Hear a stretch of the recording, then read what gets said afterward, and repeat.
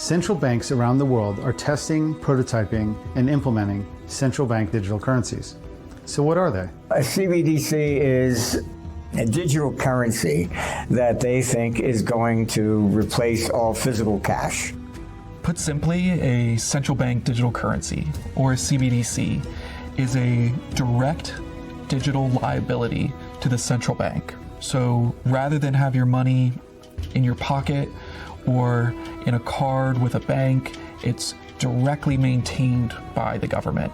Central bank digital currencies, they're presented, CBDCs are presented as if it's something brand new, when the reality is we've been using BDCs, bank digital currencies, for many decades. Fundamentally, a CBDC fails to offer anything unique for consumer. The only benefit that a CBDC seems to offer is for governments that want to enact more control.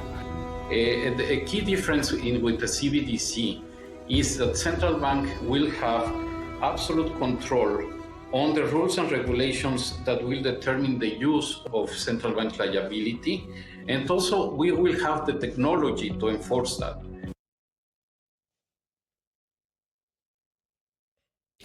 Well, I heard that CBDC failed to offer anything unique to consumers.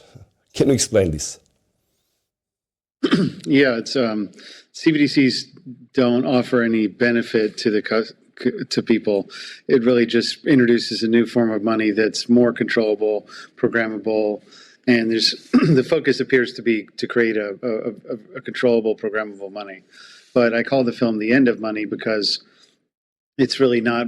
The four definitions of money are store of value, transportable, divisible, and readily exchangeable.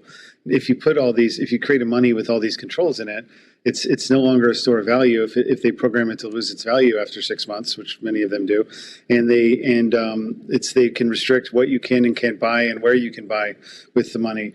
Then it's really the two of the four definitions of money are no longer valid. So I think it's really a digression. It's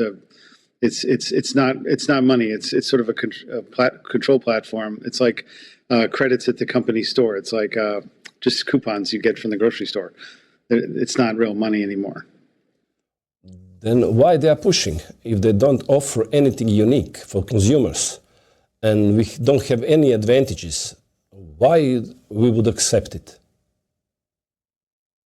I mean, there's oligarchs sort of behind the government and the central banks pushing these control systems to control us, but I think that's the reason why. I think people might be forced to accept it, but I don't think it'll work. I think it'll create a black market if they really push a dysfunctional controlled money. I think it'll hurt the economy. Trade will go down.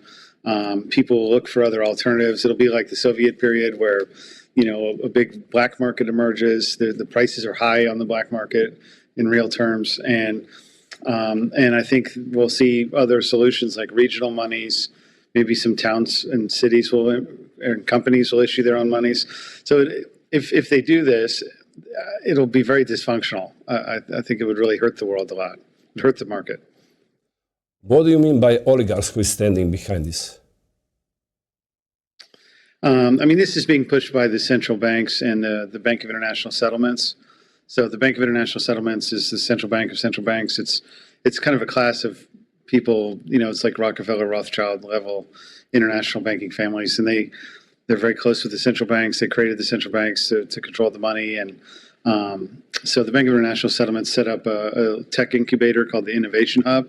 And this tech incubator planted all the CBDC programs in each country. So every country in the world, basically, maybe other than 5 or so, including Russia, Belarus, Brazil, every BRICS nations, Western nations.